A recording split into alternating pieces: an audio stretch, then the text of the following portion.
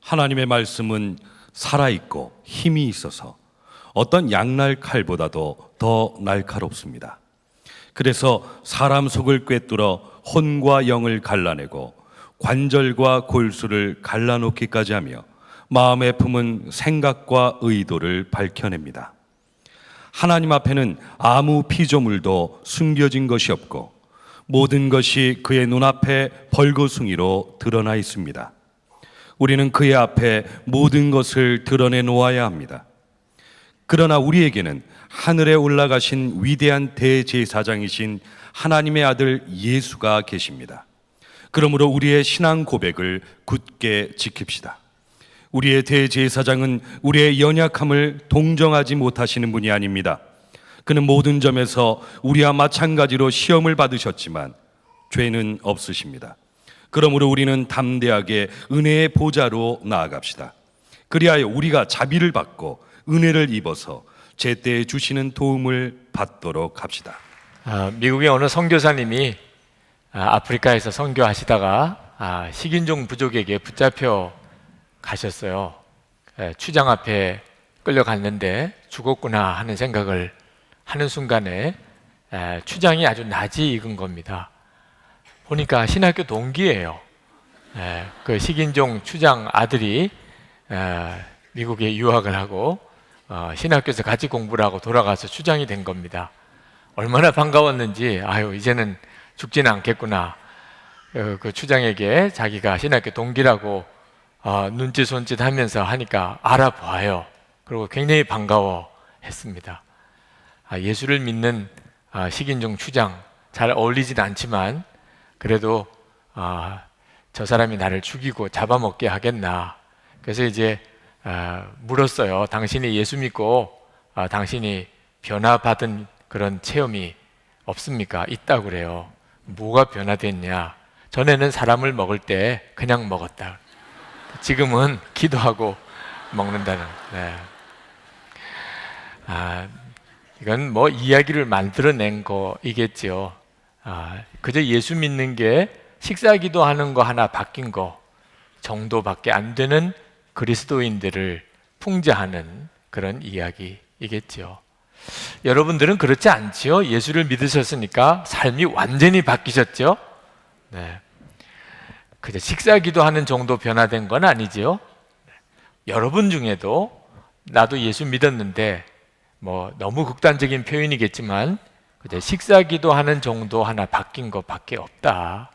이런 고민이 있으신 분들은 오늘 이 말씀으로 여러분을 초대합니다. 왜 그런지, 예수님을 내가 영접을 했는데 왜 식사 기도하는 정도밖에는 변화가 없는 건지, 이유는 여러분이 정말 여러분의 마음에 예수님을 영접하지 않았기 때문에 그렇습니다. 여러분, 우리가 사람들 굉장히 의식합니다. 오늘 여러분들을 보니까 다 주일 예배를 드리기에 부족함이 없을 정도로 잘 차려 입고 오셨습니다. 뭐 어느 분도 어떻게 저렇게 하고 예배를 드리러 온 거야, 이런 사람은 한 사람도 없어 보입니다. 왜냐하면 우리는 다른 사람에 대해서 꽤 신경이 쓰이니까 말입니다. 하나님께 예배를 드리러 온 거지만 그래도 사람들이 다 보잖아요. 우리는 우리 자신의 외모를 아주 신경을 많이 씁니다. 자, 그러면 여러분의 마음은 어떻지요? 여러분이 이렇게 잘 꾸미고 단정하게 해 오신 것처럼 여러분의 마음도 하나님 보시기에 그렇습니까? 여러분의 마음을 잘 준비하셨나요? 하나님께서 우리의 마음을 보신다고 하는 사실을 수도 없이 듣고도 우리는 주일에 예배를 드리러 나오는 시간에조차 내 외모, 머리, 옷 이런 신경은 쓰면서 마음은 그냥 나오는 게 문제라 하는 겁니다. 하나님이 내 마음을 보신다는 것에 대해서 아직도 별로 신경이 쓰이지 않고 진짜 내가 마음에 믿고 있는 게 아니기 때문에 그렇습니다. 여러분, 화장품 얼마나 많습니까? 우리나라는 특히 성형수술, 특히 미용과 관련된 성형수술 대단히 발전한 나라라고 하죠. 우리는 사람들이 나를 어떻게 보는지 이왕이면은 멋있고 이쁘게 보이고자 하는 욕구가 대단히 강합니다. 그게 뭘 잘못된 것이겠어요. 그런데 어떤 사람이 온 몸은 더럽고 냄새는 나는데 얼굴만 고양이 세수처럼 그렇게 씻고 화장만 거기다가 하고 나타났다면 그 얼마나 보기가 추하겠습니까? 하나님이 우리를 보실 때 그렇게 보시지 않을까요? 하나님은 우리의 마음의 중심을 보시는데 마음은 정말 엉망진창인데 보기가 역겨울 정도인데 이 머리나 얼굴이나 옷은 또 멀끔하게 입고 그리고 아무렇지도 않게 예배당에 와 앉아있는 모습을 보셨다면 하나님은 어떤 생각을 하실까요? 베드로전서 3장 3절 4절 말씀에 보면 이런 말씀이 나옵니다. 여러분은 머리를 꾸미며 금붙이를 달거나 옷을 차려입거나 하여 겉치장을 하지 말고 썩지 않는 온유하고 정숙한 마음으로 속사람을 단장하도록 하십시오. 그것이 하나님께서 보시기에 값진 것입니다. 하나님이 보시는 것은 우리의 속사람이라는 겁니다. 만약에 여러분들이 진짜 여러분의 마음을 누군가가 본다는 사실을 안다면 결코 마음 준비 안 하고 집을 떠나지 않으셨을 겁니다. 여러분의 마음을 누가 정말 본다면 틀림없이 마음에 정리할 거는 정리하고 깨끗이 할 거는 깨끗이 하고 그리고 여러분이 이왕이면 여러분의 마음도 아름답게 보이도록 하고 오셨을 거예요. 근데 우리는 내 마음을 누가 본다는 생각 자체를 안 한단 말입니다. 하나님 앞에 예배를 드리러 나와도 하나님은 내 마음을 보신다는 생각을 안 한다는 게 문제가 있습니다. 요한복음 1장 47절에 보면 예수님께서 나다나엘이 예수님께 왔을 때 그때 이렇게 말씀하십니다. 나다나엘이 자기에게 오는 것을 보시고 그를 가리켜 이르시되 보라 이는 참으로 이스라엘 사람이라 그 속에 간사한 것이 없도다.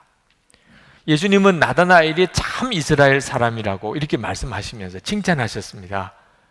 이유는 예수님은 사람의 속을 보실 거예요. 나다나엘의 속에 간사한 게 없었다. 이중적이지 않다. 그래서 예수님이 그렇게 마음에 들어 하셨다는 거죠. 나다나엘만 그러시겠습니까? 우리도 똑같죠. 우리에게도 똑같이 그리 하십니다. 여러분의 마음이 어떠실 것 같습니까?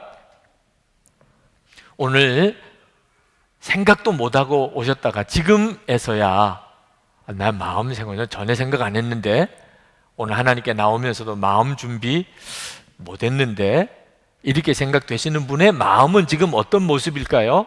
성경이 말해주고 있습니다. 예레미야 17장 9절 말씀에 만물보다 거짓되고 심히 부패한 것은 마음이라 누가 능히 이를 알리요. 여러분이 지금까지 본 것 중에 가장 더럽고 추악한 것 그보다 여러분의 마음이 더 더럽다 그 말입니다. 여러분의 마음이 그런 마음을 가지고 옷만 멀끔하게 입고 오면 뭐합니까? 그런데 예레미야 선지자는 이걸 사람들이 모른다 그 말입니다. 자기 마음이 더러운 걸 알면 그나마도 좀 다듬기라도 할 텐데 부담스러운 마음이라도 가질 텐데 자기 마음이 더럽다는 자체를 사람들이 모른다 그 말입니다. 자, 오늘 이 시간에 예배를 드리러 왔는데 사람을 죽인 사람이 예배를 드리러 왔어요. 그걸 내가 알아요. 저 사람 살인자잖아. 그랬다면 여러분 꽤 꺼림칙할 겁니다. 그 사람하고 악수하기도 싫고 옆자리에 앉는 건 더 싫고 그죠? 어떤 사람이 아주 품행이 안 좋아서 이성관계가 문란해요. 이런 사람을 여러분이 아는데 어떻게 저 사람이 예배를 드리러 왔을까? 그럴 때 여러분이 굉장히 불쾌한 마음이 들 겁니다. 사기꾼이 만약에 왔다면 여러분들이 아마 그 사람한테 굉장히 마음에 아주 싫은 마음이 들 겁니다. 그런데 여러분 그런 마음이 든다는 것 자체가 무슨 뜻이죠? 나는 그렇지 않다 그런 뜻입니다. 나는 뭐 사람을 죽이거나 나는 뭐 간음을 하거나 나는 뭐 사기를 치거나 그런 사람이 아니라는 뜻이죠. 그러니까 그 사람이 싫은 거죠. 정말 몰라서 그런 거예요. 자기는 그런 죄 지은 게 없다고 생각하는 거. 자기 마음이 얼마나 더러운지 그 자체를 모른다 그 말입니다. 예수님이 무슨 말씀 하셨는지 한번 보실까요? 마태복음 5장 27절 말씀에 또 간음하지 말라 하였다는 것을 너희가 들었으나 나는 너에게 이르노니 음욕을 품고 여자를 보는 자마다 마음에 이미 간음하였느니라.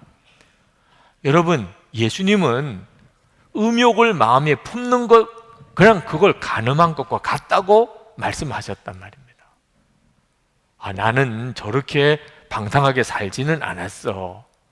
여러분의 마음은 어떤가요?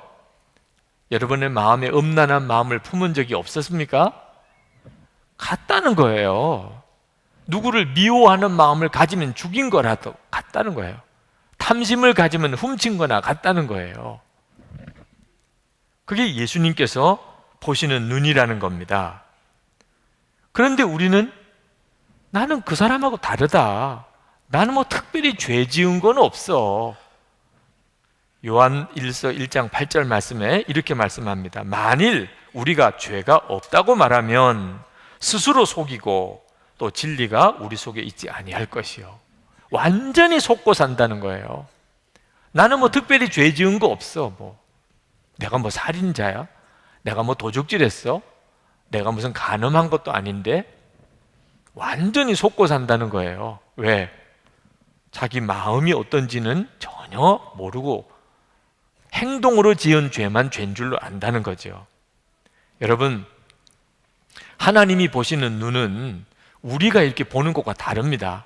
하나님이 보시는 눈은 마음을 보세요. 마음을. 이 하나님이 나를 어떻게 보실까 하는 것은 말씀을 통해서 드러납니다. 말씀이 어떤 역할을 하는가, 우리 속에 있는 게 어떤 것인지를 다 들추어낸다는 거예요. 12절 말씀을 보실까요?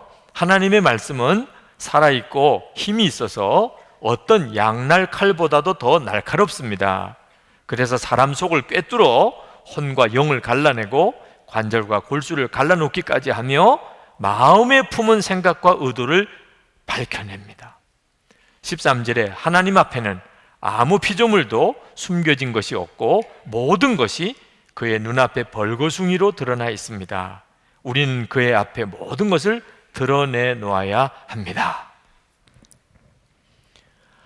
하나님의 말씀이 우리가 실제로 어떤 사람인가를 들추어내는데 어떤 것을 들추어내느냐? 마음 속에 있는 거, 생각 속에 있는 것을 다 들추어낸다는 거예요. 왜? 그게 우리 자신이니까. 하나님 보시기엔 하나님은 여러분이 행동으로 뭘 했느냐 하는 걸 보지 않고 여러분의 마음이 어떤가 하는 것을 보신단 말입니다. 여러분, 예수님을 영접하신 거 참 대단한 일입니다. 왜 대단하시냐? 사람은 예수님을 마음에 영접하는 것을 싫어한다 말입니다. 예수님을 마음에 영접하는 것을 사람들이 다 싫어해요. 그런데 여러분은 예수님을 영접했으니 대단한 거죠. 로마서 1장 28절 상반절에 또한 그들이 마음에 하나님 두기를 싫어하며, 여러분, 여러분의 집에 어떤 사람이 와서 같이 살라 그러면 솔직히 싫으시죠? 불편하고 부담되고, 그죠? 어떤 낯선 사람, 잘 모르는 사람이 여러분의 집에 와서 같이 사는 게 얼마나 불편합니까? 예수님이 여러분 마음에 오셔서 사시는 것은 어떠십니까? 그것도 너무너무 싫단 말입니다. 왜? 마음대로 못하니까. 생각도 마음대로 못하니. 이게 집에 누가 와 사는 거하고 비교가 안 되는 거죠. 사람들이 다 그런데 여러분들은 예수님을 마음에 영접하셨으니 참 대단하십니다. 근데 문제는 진짜예요? 진짜 영접하셨어요? 그게 문제인 겁니다. 영성일기를 쓰면서 다들 참 난감한 것이, 처음 영성일기를 쓰실 때 난감한 것이 예수님을 24시간 생각하고 사는 게 그렇게 안 된다는 거예요. 그렇게 힘들다는 거예요. 예수님을 마음에 영접했다면서, 마음에 계신 예수님을, 마음에 계시다는 말은 내 생각 속에 계시다는 거잖아요. 근데 그 예수님을 생각하는 게 힘들다면 영접한 게 맞냐 그 말입니다. 예수님을 마음에 영접했다 말만 그렇게 하는 거지 실제로는 전혀 그런 생각을 해본 적도 진짜 예수님이 내 마음속에 살아 계시도록 내가 내 마음에 영접을 했다는 생각 자체를 안 하고 사는 거예요. 그냥 예수님 영접했다는 말이 무슨 의미인지도 모르고 그냥 예수님을 믿고 있는 거죠. 솔직히 싫은 거예요. 예수님이 내 마음속에 늘 계시다는 것 자체가 부담스러운 겁니다. 자, 이런 경우에는 어떻게 되지요? 하나님이 그냥 내버려 두신다는 거예요. 왜? 하나님은 강제적으로 우리 마음속에 들어오시는 분은 아니니까. 마귀는 강제적으로 들어오지만 하나님은 내가 마음을 열어야 들어오시는 분이지 강제적으로 들어오시지 않으니까 예수님 모시고 살기 싫어하면 그냥 내버려 두신다는 겁니다. 로마서 1장 28절 하반절에 하나님께서 그들을 그 상실한 마음대로 내버려 두사 합당하지 못한 일을 하게 하셨으니 그 어떻게 되었나요? 그렇게 되면 성경이 그 구체적인 예를 쭉 열거합니다. 29절부터 31절까지 곧 모든 불의, 추악, 탐욕, 악의가 가득한 자요 시기, 살인, 분쟁, 사기, 악독이 가득한 자요 수군수군하는 자요 비방하는 자요 하나님께서 미워하시는 자요 능욕하는 자요 교만한 자요 자랑하는 자요 악을 도모하는 자요 부모를 거역하는 자요 우매한 자요 배약하는 자요 무정한 자요 무자비한 자라. 여러분 마음에 예수님을 정말 모시고 24시간 주님을 바라보고 살기를 원치 않으면 우리 마음은 이렇게 되어버린다는 우리 마음이 오늘 하나님께 예배드리러 나오시면서 여러분의 마음에 이런 마음들은 정리하셨습니까? 깨끗하게 하시고 지금 주님 앞에 나오신 거예요? 우리가 우리 마음을 어떻게 다루어야 하는 것을 너무 모릅니다. 예수님을 믿는 것이 마음에 예수님을 영접한 건데 실제로는 전혀 마음에 예수님을 영접한 사람 같이 안 사는 거죠. 여러분 마음에 가지고 있는 이 생각 자체가 그대로 죄라고 하는 것에 대해서 이해가 안 되는 분들이 있으실 거예요. 목사님 그건 너무 지나친 거 아닙니까? 아니 미워만 해도 사람을 죽인 거다. 음욕을 품으면 바로 간음한 것과 같다. 아니 목사님 어떻게 그렇게 말할 수 있습니까? 다르지요. 실제로 사람 죽인 거하고 미워하는 거하고 어떻게 그게 같을 수가 있습니까? 여러분 진짜 마음을 잘 이해 못해서 그래요. 여러분의 마음이 어떤 곳이냐 하면 예수님과 여러분이 하나가 되는 곳입니다. 여러분이 마음에서. 그래서 우리가 예수님을 믿는 것을 예수님의 마음을 품는다고 하죠. 빌립보서 2장 5절에 너희 안에 이 마음을 품으라 곧 그리스도 예수의 마음이니. 그래서 여러분의 마음은 예수님과 함께 지내는 집이에요. 그래서 성전이라고 하죠. 우리 몸을. 하나님의 성령이 우리 속에 계시니까. 그래서 예수님과 우리 사이의 관계를 결혼에다가 비유합니다. 예수님은 신랑이시고 우리는 신부고. 자, 그렇다면 여러분의 마음에 마귀가 주는 생각을 품으면 어떻게 되는 거지요? 자, 결혼한 남자가 아내가 있는데 집에 딴 여자를 데리고 들어오면 어떻게 되는 겁니까? 결혼한 여자가 남편이 있는데 집에 딴 남자를 들이면 이거 어떻게 되는 거지요? 그런 건 괜찮습니까? 그런 걸 뭘 죄라고 말합니까? 이렇게 여러분 말하실 수 있어요? 이건 말도 안 되는 거지요? 그렇다면 여러분의 마음에 마귀가 주는 생각을 품으면 그건 괜찮은 겁니까? 어째서 예수님이 그 일을 그렇게 심각하게 생각하시는지를 아셔야 됩니다. 예수님을 영접한 하나님의 자녀들에게 있어서 마음에 마귀가 주는 생각을 품으면 그것이 우리 주님께 얼마나 심각한 건지를 여러분이 아셔야 된단 말입니다.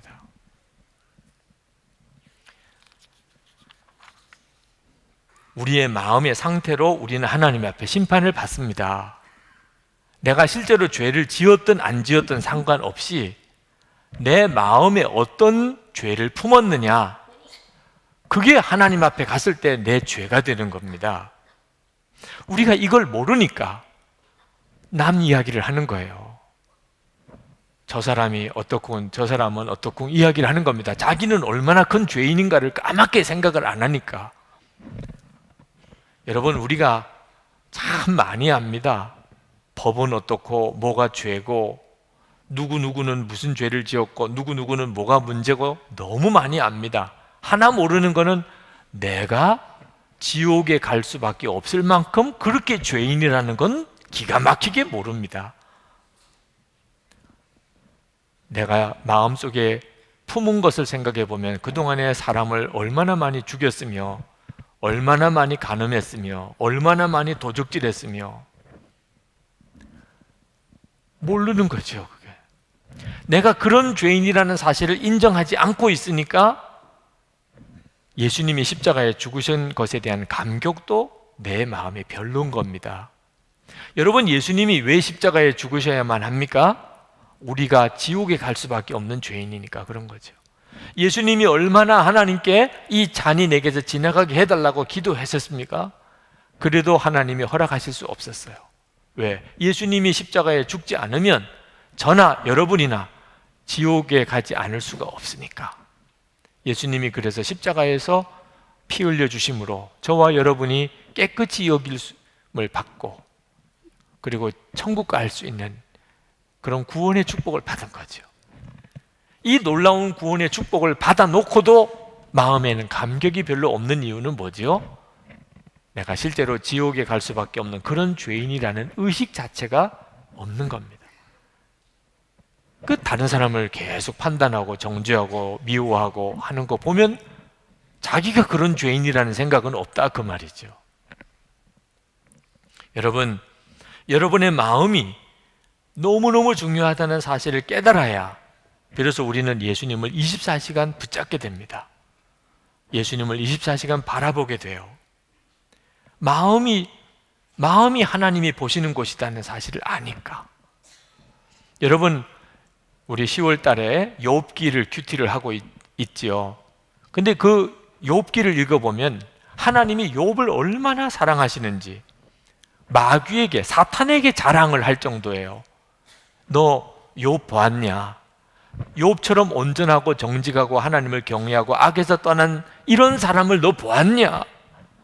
하나님이 욥을 얼마나 좋아하고 사랑하시고 믿었으면 사탄에게 그렇게 자랑을 했겠어요. 하도 하나님이 자랑을 하니까 사탄이 한 번 다 뺏어가 봐요. 재산도 뺏어보고 자식도 뺏어보고 건강도 뺏어가 보세요. 사람은 영락없이 하나님 저주합니다. 그래서 하나님이 정말 마음에는 그러고 싶은 마음이 없지만 마귀가 그렇다니까, 아니야, 욥은 절대로 그렇지가 않아. 그래서 그럼 한번 해봐라. 그래서 이제 욥기가 나온 거죠. 그럴 정도로 하나님이 욥을 믿었어요. 도대체 뭘 보고 사람을 믿을 수 있습니까? 욥기 1장 5절을 읽어보면 하나님이 어째서 욥을 믿었는지를 알게 됩니다. 욥의 아들들이 이제 생일을 맞아서 잔치를 벌리면 항상 하는 일이 욥은 그 다음날 아침에, 잔치가 끝난 다음날 아침에 하나님 앞에 번제를 그 아들들 수만큼 다 드렸다 그래요. 왜 그랬는가? 혹시라도 마음으로라도 죄를 지은 게 있을까 봐. 잔치를 벌리다 보면 사람이 흥이 있고 뭐 그러다 보면 마음이 풀어지기도 하고 그러다 보면 혹시라도 마음으로 지은 죄라도 있을까 봐. 내 아들들이 죄를 범하여 마음으로 하나님을 욕되게 하였을까 함이라. 욥의 행위가 항상 이러하였더라. 욥은 알았던 거예요. 마음이 얼마나 중요한가를. 마음이 죄가 있으면 그는 죄인인 거예요. 그래서 아들들을 위해서 아들들 수만큼 하나님 앞에 속죄 제사를 드렸었다. 시편 73편 1절을 보면 하나님이 참으로 이스라엘 중 마음이 정결한 자에게 선을 행하시나 하셨고 마태복음 5장 8절에 보면 마음이 청결한 자는 복이 있나니 그들이 하나님을 볼 것이며 했죠. 여러분, 사도행전 13장 22절에 하나님이 다윗을 어째서 택하셨나, 왕으로 세우셨나, 내가 이새의 아들 다윗을 만나니 내 마음에 맞는 사람이라 내 뜻을 다 이루리라 하시더니, 마음이 그렇게 중요하단 말입니다. 결국은 마음 때문인 거예요. 내 마음. 이런 마음이 중요하다는 사실을 알고 나면 예수님을 매 순간 붙잡게 되죠. 왜? 계속해서 마귀가 내 마음을 뒤흔들어 놓고 무너뜨리고 죄짓게 만들고 그리고 사로잡으려고 하잖아요. 여러분 다 경험하신 거잖아요. 14절에 보면 그러나 우리에게는 하늘에 올라가신 위대한 대제사장이신 하나님의 아들 예수가 계십니다. 그러므로 우리의 신앙 고백을 굳게 지킵시다. 여러분, 우리가 마음이 아무리 더럽고 악해도 그것 때문에 우리가 하나님 앞에 버림받는 건 아니에요. 왜? 예수님이 계시니까.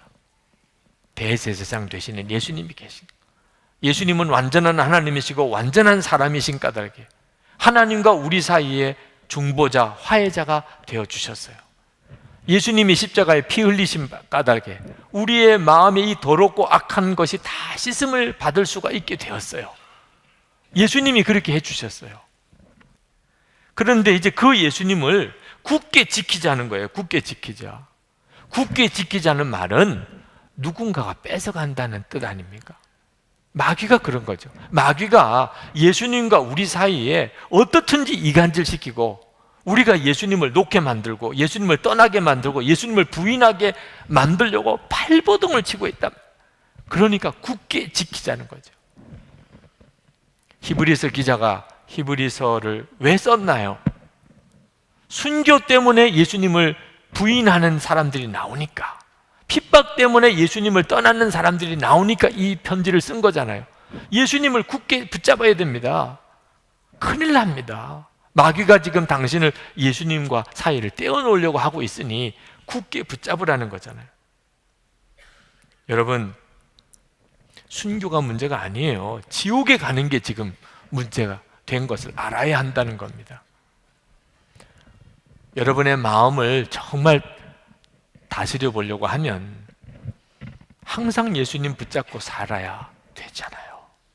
여러분, 오늘 예배 드리러 교회에 올 때 아마 다른 때하고 다르게 오히려 시험이 많이 있었던 분들이 있으실 거예요.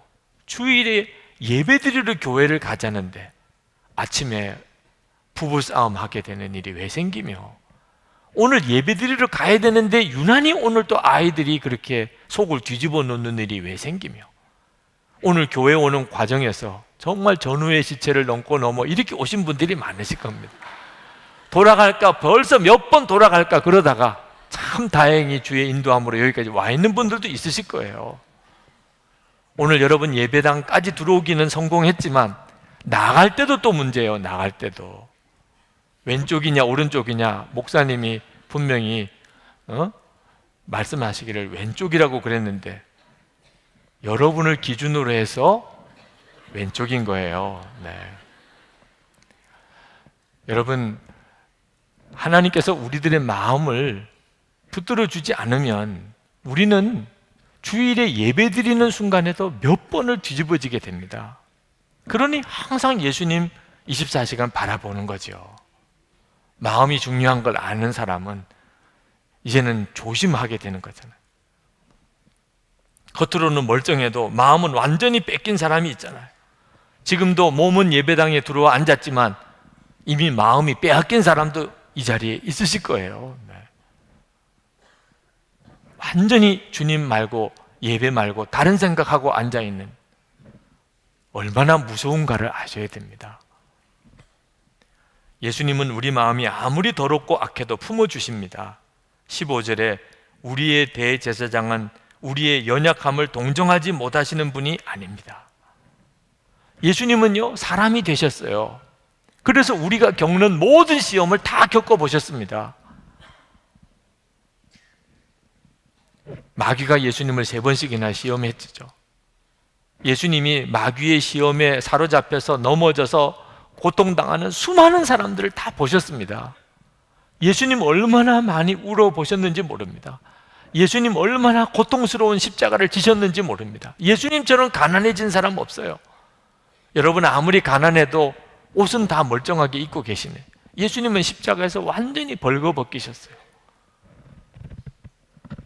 그런 예수님이십니다.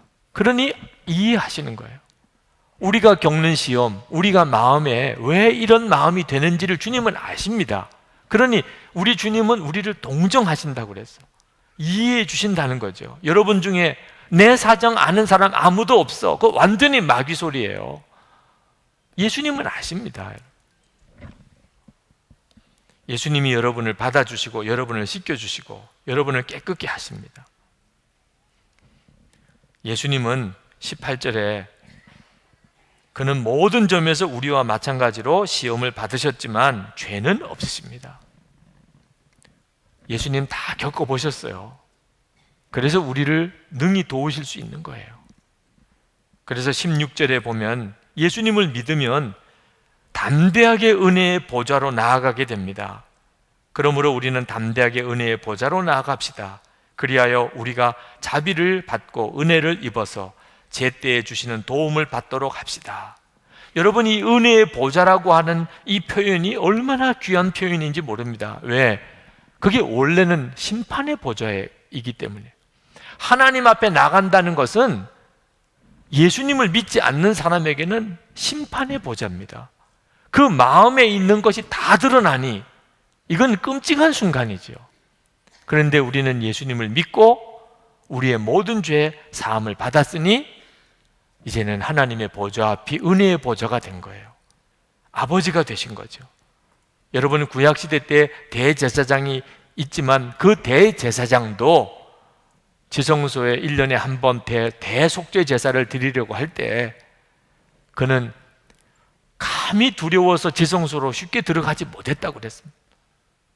전해지는 이야기에 의하면 다리에 끈을 매달고 허리에는 방울을 달고 그러고서야 들어가서 속죄소에서 제사를 집행을 했습니다. 왜냐하면 죄가 있어서 거기서 하나님 앞에 첫 침을 당하여 죽으면 누가 꺼내올 수도 없는 거예요. 그러니 딸랑딸랑딸랑 움직이는 소리가 들리면 살아있구나, 소리가 안 들리면 빨리 끄집어내야 되는 거죠. 죽은 시체니까. 이럴 정도인데 우리는 은혜의 보좌가 된 거예요. 하나님 보좌 앞이, 이게 얼마나 놀라운 축복입니까? 예수를 믿고 그렇게 된 거죠.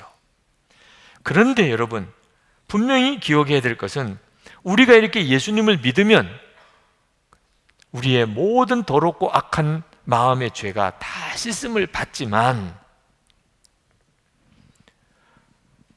이제부터 그 깨끗하게 씻어진 상태에서 살을 하고 그렇게 해준 거지, 다시 더럽게 되는 것을 생각하고 그렇게 해주신 게 아니라는 사실을 명심해야 합니다. 안타깝게도 많은 그리스도인들이 이 마음에 깨끗이 씻음을 받는 은혜를 계속 반복해도 되는 것인 줄로만 생각합니다. 주님, 제가 너무 마음이 더러워요. 정말 지난 한 주간 동안 너무 죄짓고 살았어요. 그 있는 모습 그대로 왔어요. 용서해 주세요. 다 씻음을 받았어요. 그리고는 그 다음 주간에 또 그렇게 사는 거예요. 그 다음 주간에. 그리고 주일에 또 와서 주여, 또 있는 그대로 왔어요. 용서해 주세요. 믿습니다. 그리고는 또 씻음을 받고 그 다음 주간에 또 그렇게 사는 거예요. 주일마다 예배 드리고 기도하는 거 보면 똑같은 패턴이에요. 또 죄 짓고 왔으니 또 씻어주시고, 또 죄 짓고 왔으니 또 씻어주시고. 여러분, 그렇게 살라고 예수님이 십자가에 죽으셨나요? 우리가 그렇게 사는 게 그게 복음인가요? 여러분, 그렇지가 않습니다. 예수님께서 우리를 그 더럽고 악한 마음의 죄에서 우리를 씻어주셨다면 무슨 뜻이죠? 그런 마음으로 살지 말라, 그런 뜻이지. 또 그렇게 되면 또 씻어주시고 그렇게 되면 또 씻어주시겠다고 하신 게 아니잖아요. 이제는 그런 마음으로 살지 말라, 그런 말이잖아요. 베드로후서 2장 20절부터 22절을 한번 같이 읽어보십시다. 베드로후서 2장 20절부터 22절입니다. 같이 읽습니다. 만일 그들이 우리 주 되신 구주 예수 그리스도를 알므로 세상의 더러움을 피한 후에 다시 그 중에 얽매이고 지면 그 나중 형편이 처음보다 더 심하리니 의의 도를 안 후에 받은 거룩한 명령을 저버리는 것보다 알지 못하는 것이 도리어 그들에게 나으니라.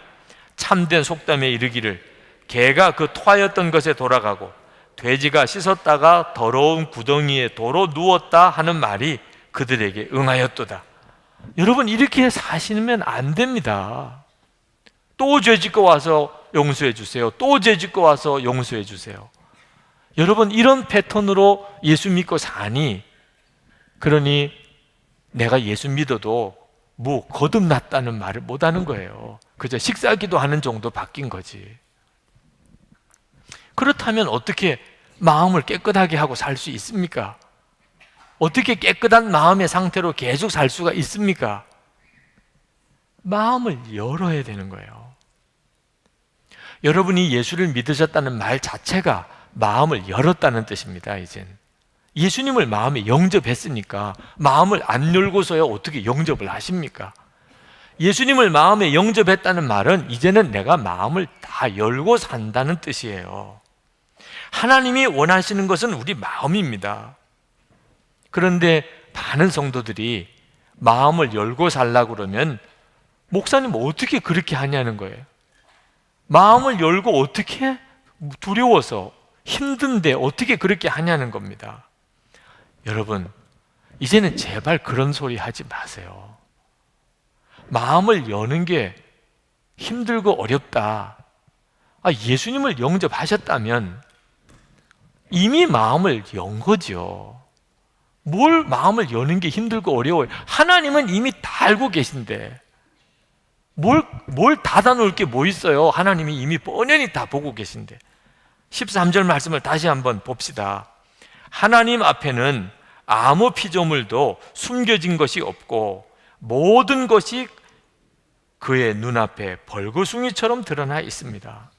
이게 우리예요. 하나님 앞에 다 드러나 있다고, 여러분 자신의 모습이. 하나님 보시는 눈에는. 여러분, 마음을 열고 살면 삶이 바뀝니다. 마음이 바뀌니까 그래요.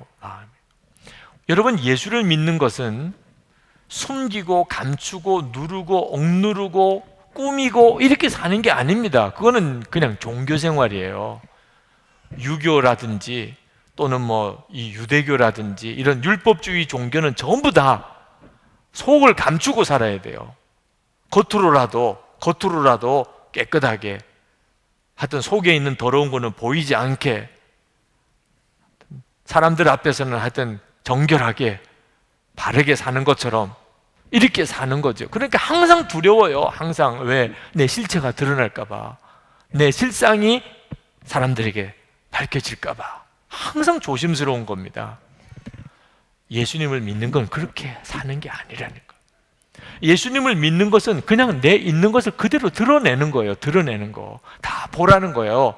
왜? 보아야 예수님밖에 없으니 뭐. 내 마음 예수님 마음인데 사람들이 보면 볼수록 좋은 거죠. 항상 기뻐하고 범사에 감사. 여러분, 기독교가 다른 종교와 다른 것은 두 가지인데, 하나는 나는 죽고 예수로 사는 십자가 복음이고, 그게 예수 믿는, 나는 죽고 예수로 사는. 두 번째는 예수님이 내 마음에 오신 거예요. 이것이 예수 믿는 것이 다른 종교와 다른 겁니다. 이것 때문에 우리는 마음을 열고 살 수 있는 거예요.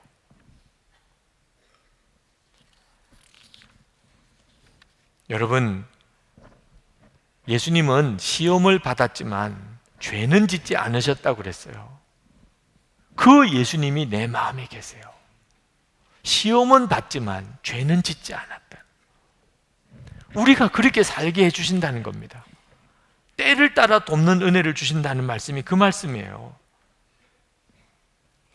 여러분, 이제부터 여러분의 마음을 열고 사십시오. 영성일기를 쓰시게 해드리려고 하는 것이 그 까닭입니다. 마음을 열고 사는 거예요.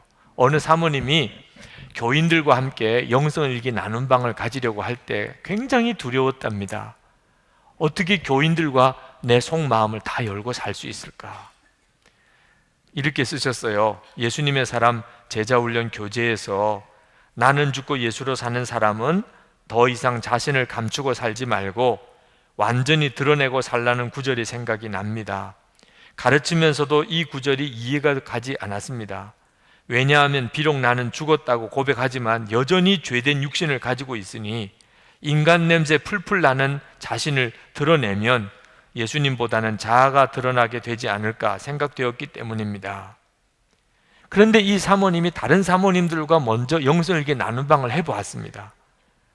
일기를 공개하는 것이 창피해서 죽을 것 같았지만 함께 일기를 쓰는 사모님들이 득달같이 댓글을 달아주며 막내라고 얼마나 예뻐해 주시고 정직하다고 칭찬해 주시니 저도 이렇게 해도 되는구나 받아들여지는 마음이 들어 용기 내어서 더욱 솔직할 수 있었습니다. 그래서 이 사모님이 용기를 내고 교우들과 영성일기 나눔 방을 한 겁니다. 사모님 안에 변화가 생기기 시작했어요. 처음에는 굉장히 부담스러우셨답니다. 앞장서는 자리에 있으니 얼마나 부담이 되는지 모릅니다. 하지만 이 부담감이 저를 제대로 주님을 바라보게 하는 것 같습니다. 그동안 그렇게 큐티하고 말씀 보려고 애를 써도 안 되더니 영성일기반을 시작하고부터는 하루도 빠지지 않고 늦더라도 하게 되니 책임이 무섭긴 무서운가 봅니다. 더 놀라운 변화가 일어났어요. 성도들과 함께 일기를 통하여 아픈 마음을 나누다 보니 기도 중에 계속 생각나고 말씀 봐도 생각나니 정말 깊이 사랑하는 사이가 되어버렸습니다. 성도들과 일기를 나누려고 했을 때 왜 그렇게 두렵고 힘이 들었던가 하는 생각이 참 아쉽게 생각됩니다. 오늘 저녁 집회에서 영성일기를 함께 나누는 교인들이 얼마나 반갑던지요. 그렇게 반갑네요. 정말 진한 애정의 눈길을 보내게 되네요. 감사합니다. 여러분, 마음을 열고 사는 게요, 처음만 어려워요. 처음만. 워낙 마음 열고 살지 않았기 때문에 처음에 마음을 연다는 게 두렵고 어렵게 되는 거예요. 그러나 예수님을 정말 영접하셨다면 이미 그 고비는 넘어간 겁니다. 예수님 영접함으로 내 마음에 말할 수 없이 추악하고 더러운 이 덩어리들 다 씻어내고 십자가에 못 박고 이제는 예수님 마음으로 살려고 결단한 요 고비를 넘어가면 그 다음부터는 마음을 여는 게 뭐가 문제예요? 항상 그 주님의 마음을 품고 살면 되잖아요. 어느 자매가 제 페이스북에 댓글을 올리기를 영성일기 바쁜 직장인에겐 매일 쓴다는 것이 너무 힘들어요, 그렇게 썼더라고요. 제게는 영성일기 안 쓰는 게 힘들다니까. 무슨 차이가, 이런 차이가 있죠? 습관의 차이예요. 영성일기를 계속 써보면 그 다음엔 여러분이 영성일기 쓰고 사는 게 훨씬 편해요. 우리 마준철 목사님이 태호 아들 양치질하는 훈련하는 것에 대한 예를 들었죠. 그 어린아이가 양치질하는 습관을 들일 때는 얼마나 힘듭니까? 안 하려고 그러고 힘들다고 그러고. 그런데 여러분, 지금 양치질 안 하는 게 힘들어요? 양치질 하는 게 얼마나 쉽습니까? 바쁘고 힘드니까, 직장생활 너무 바쁘니까 양치질을 하고 마세요. 그러면 그게 더 괴롭잖아요. 마음을 열고 살아보면 마음에 뭔가 찜찜하게 해결되지 않은 거 품고 사는 게 더 힘들다니까요. 여러분의 남편이나 아내나 여러분의 부모나 자녀나 여러분의 속회원들이나 여러분의 마음을 아십니까? 아실까? 여러분의 아내가 여러분 마음을 아세요? 여러분 남편이 여러분 마음 아세요? 부모가 아세요? 자녀들은 알까요? 왜 그렇게 사세요? 마음을 그렇게 닫아놓고 어떻게 하시려고? 하나님 앞에 가서 그때서야 내 속에 있는 게 드러나면 그건 죽음인 거 아십니까? 마음을 닫아놓고 산 사람은 다 똑같은 경험을 하게 됩니다. 자기가 깜짝 놀라요. 자기 속에 그런 게 있었는지. 여러분 집 청소 한번 해보세요. 이런 게 우리 집에 있었나? 그건 정말 죽음이에요. 하나님 앞에서만 그렇습니까? 알고 지내던 사람 어떻게 볼 거예요? 알고 지내던 사람 여러분 속에 그런 마음이 있는지를 그때 다 드러나면 지금부터 하나님 앞에 그때 그 상태로 살아가야 합니다. 그래야 하나님 앞에 가는 일이 두렵지가 않아요. 하나님이 때를 따라 우리를 도우세요. 내가 주님을 향하여 마음에 열려 있으니 우리 주님이 우리를 돕는 일에 막힘이 없습니다. 예수 믿으면 놀라워요. 완전히 인생이 바뀌어버려요. 여러분의 마음인 것입니다. 이제 성찬을 받는데 이 성찬은 예수님 나를 위해서 십자가에 죽으신 그 보혈의 공로에 의지하여 예수님과 내가 마음에서 하나가 되었음을 다시 한번 확인하는 은혜의 시간입니다.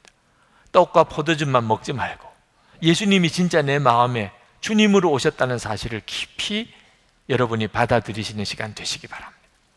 이제 성찬을 위해 기도하실 텐데 예수님 이제는 진짜 제가 마음을 활짝 열고 예수님을 나의 주님으로 받아들입니다.